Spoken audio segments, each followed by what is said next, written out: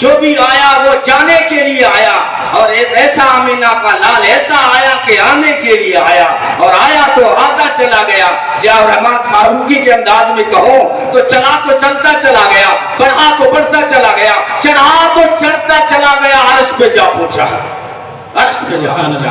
اللہ نے اپنے محبوب کو عرش پہ کھڑا کر کے بتایا کہ ساری کائنات کا مقام میرے محبوب کے قدموں کی نالین کی مٹی کے ذروں کے نیچے ہے، میرے محمد کی شان بلند ہے۔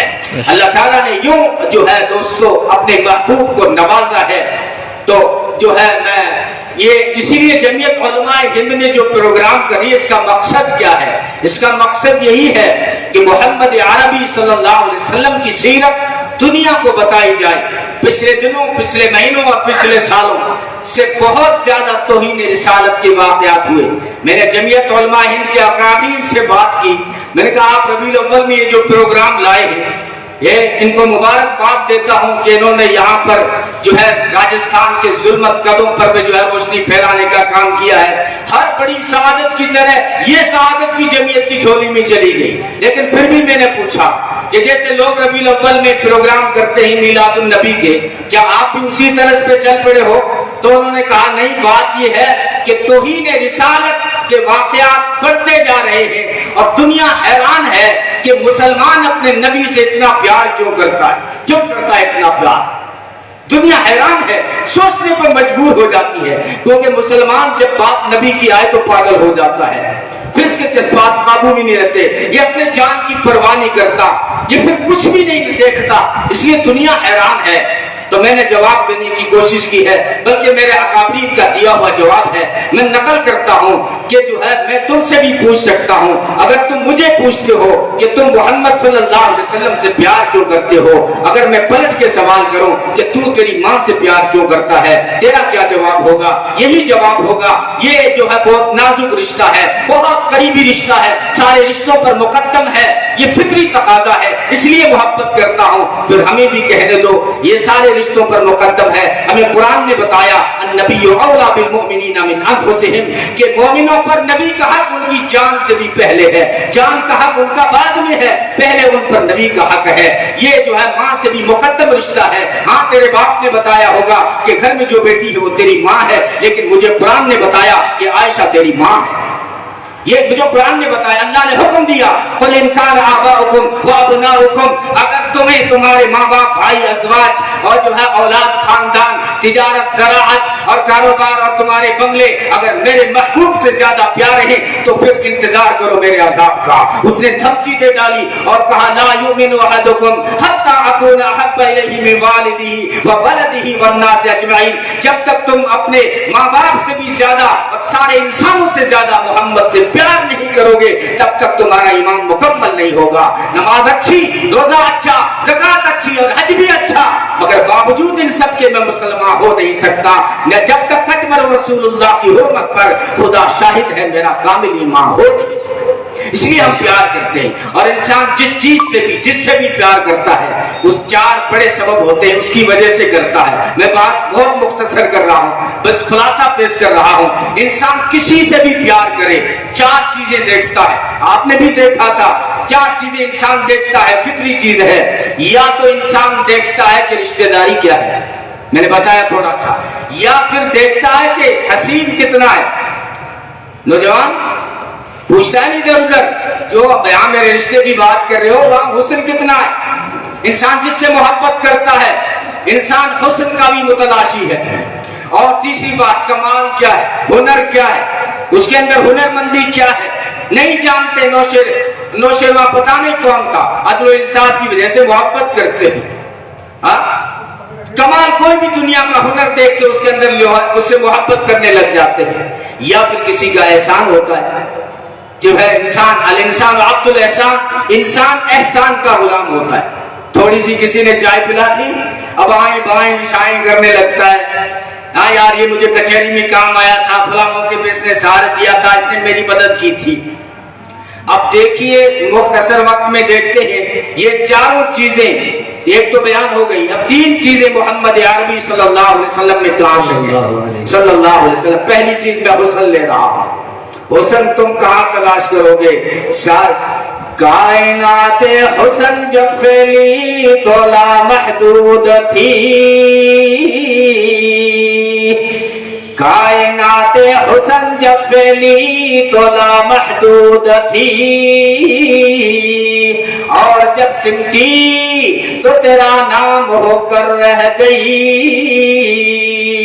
باقی اگر حسین ہیں تو محمد عربی حسینوں میں احسن ہیں، سارا حسن ان کے اوپر یکجا کر دیا گیا، جمع کر دیا گیا، اور ساری خوبیاں ان میں رکھی گئی۔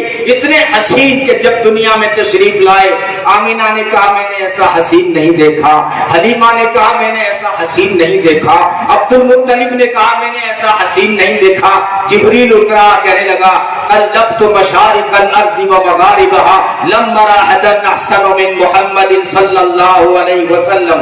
کہتا ہے آفاقہ گردیدہم مہر بتا ورزیدہم بسیار خوبا دیدہم اللہ تو چیز دیگری۔ کہتا ہے مشرق مغرب شمال جنوب ہفت اقلیم 14 طبق سب گھما ہو، لیکن محمد عربی سے بڑھ کر حسین نہیں دیکھا۔ تو حسان نے نہیں دیکھا، یوں کہو نا کہ ایسا حسین کسی کی آنکھ نے نہیں دیکھا۔ رب العالمین نے فرمایا ان سے بڑھ کر حسین بنایا ہی نہیں، تو کہاں سے کسی کی آنکھ دیکھے؟ حسینوں جمیلوں دا منہ موڑ دیتا، خدا نو محمد بنا دے قلم توڑ دیتا۔ پنجابی بول اٹھا، ہاں قلم ہی توڑ دیا اللہ تعالیٰ نے۔ ایسا حسین اب کہاں تلاش کرو گے؟ اقبال نے کہا رخ مصطفیٰ ہے وہ آئینہ کہ اب ایسا دوسرا آئینہ نہ ہماری بزم خیال میں نہ دکان آئینہ ساز میں، کہ خود خدا کی دکان میں بھی اب دوسرا ایسا حسین آئینہ نہیں ہے، کہاں سے تم دیکھو گے؟ تو عطا اللہ شاہ بخاری کے عجیب جملے ہوا کرتے تھے، وہ فرمایا کرتے تھے بچوں کو مائیں سنوارتی ہی کر رہی تیار کر رہی، لیکن عطا اللہ شاہ بخاری نے کہا بچوں کو مائیں سنوارتی ہی، نبی کو خدا خود سنوارتا ہے۔ نبی اگر مانگ نیب نکالے اپنے آپ نکل آتی ہے، سرما نیبی لگائیں تو آنکھیں سرمگی نظر آتی ہیں، خوشبو نہ لگائیں تب بھی وجود سے خوشبو آتی ہے۔ لقد جاء، میں نے آج پڑھی لقد جاءکم رسول من انفسکم، یہ رسول جو تمہارے پاس آیا ہے تم میں سے تو ہے، لیکن من انفسکم تم جیسا نہیں ہے۔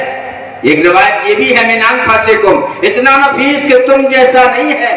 یہ کیسے ہو سکتا ہے کہ تم میں سے ہو اور تم جیسا نہ ہو؟ ہاں ہو سکتا ہے، پتھر تو وہ بھی ہے جو تیرے گھر کی نیم میں لگ رہا ہے، فاؤنڈیشن میں لگ رہا ہے، پتھر تو وہ بھی ہے جو سڑک پہ کھڑا کلومیٹر بتا رہا ہے، پتھر وہ بھی ہے جو خانہ کعبہ کے پہلو میں رکھا ہوا ہے، وہ حجر اسود پتھروں میں سے پتھر ہے، پتھروں جیسا پتھر نہیں۔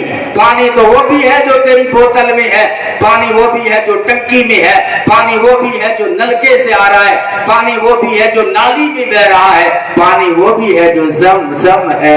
ارے زمزم پانی میں سے پانی ہے، پانی جیسا پانی نہیں۔ حجر اسود پتھروں میں سے پتھر ہے، پتھروں جیسا پتھر نہیں۔ میرا نبی بشر میں سے بشر ہے، بشر جیسا بشر نہیں۔ کیسے ہو سکتا ہے؟ تمہیں پسینہ آئے تو بدبو آتی ہے، انہیں پسینہ آئے تو خوشبو آتی ہے۔ تم میں سے ہیں لیکن تم جیسے نہیں۔ تو عطا اللہ شاہ بخاری کے عجیب جملے ہوا کرتے تھے، فرمایا کرتے تھے حدیثوں میں جب ان کی زلفوں کی تعریف پڑھتا ہوں تو میرا دل گواہی دیتا ہے کہ کنگھی خدا خود کرتا ہوگا۔ یہ عطا اللہ شاہ بخاری انہوں نے تو دیکھا ہی نہیں، اگر دیکھا ہوگا تو خواب میں دیکھا۔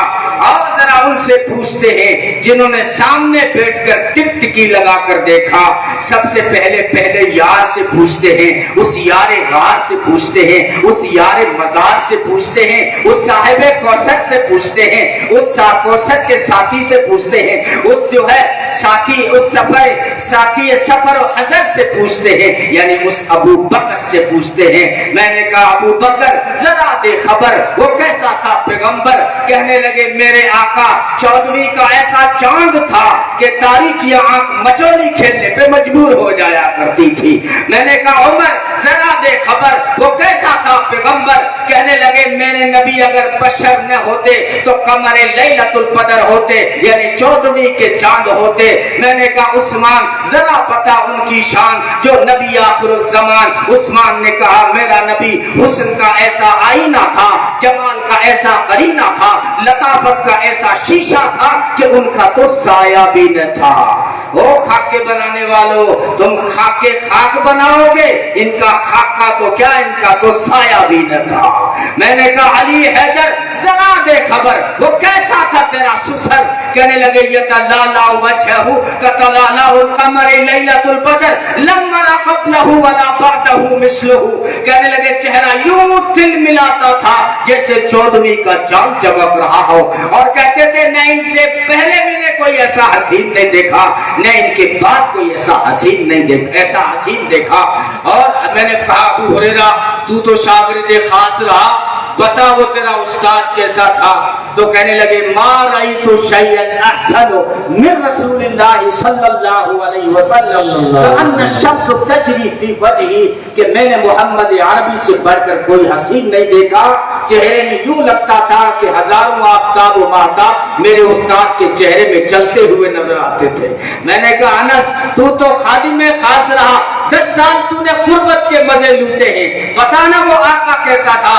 انس نے کہا کیا بتائیں، جب بھی میں نے مسافہ کیا ہاتھوں کو ریشم اور دیباج سے زیادہ نرم پایا، وجود سے جو خوشبو آتی تھی وہ مشک اور عنبر سے زیادہ معطر ہوا کرتی تھی، اور کبھی کبھی پیشانی پہ جو ہے پسینے کے قطرے امڈ آتے تھے، یوں لگتا تھا تھالی میں موتی سجے ہوئے ہیں یا آسمان کے دامن میں ستارے سجے ہوئے ہیں۔ میں نے کہا امی عائشہ تمہیں تو وہ قرب ملا کہ فرشتے جبریل کو بھی نہیں ملا، بتانا وہ تیرا شوہر کیسا تھا، وہ تیرا جوہر کیسا تھا، وہ تیرا گوہر کیسا تھا؟ کہنے لگی شمسی افضل من شمس السما، ارے میرا سورج تو آسمانوں کے سورج سے افضل تھا، یہ تو مغرب بعد ڈوب جاتا ہے، میرا آقا مغرب بعد بھی عشاء بعد بھی چمکتا رہتا ہے، آج روزے میں چمک رہا ہے، کل قیامت کے میدان میں چمک رہا ہوگا، چمک رہا ہوگا۔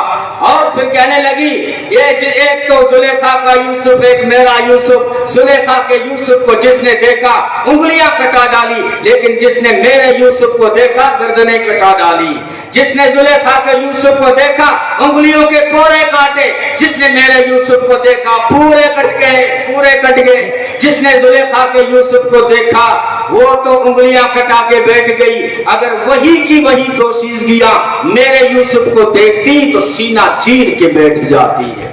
ایسا کہ فرماتی ہے کبھی جو ہے میرے آقا کا چہرہ زلفوں کے بیچ میں یوں لگتا تھا جیسے کالی گھٹاؤں کے بیچ میں چودھویں کا چاند چمک رہا ہو۔ فرماتی ہے میرے آقا جب چہرے سے زلفیں ہٹاتے تھے یوں لگتا تھا کہ بادلوں کی اوٹ سے چودھویں کا چاند باہر آ گیا۔ تو ربی بنت معوذ نے فرمایا امی یوں نہ کہو کہ چاند باہر آ گیا، یوں کہو نا کہ سورج طلوع ہو رہا ہے۔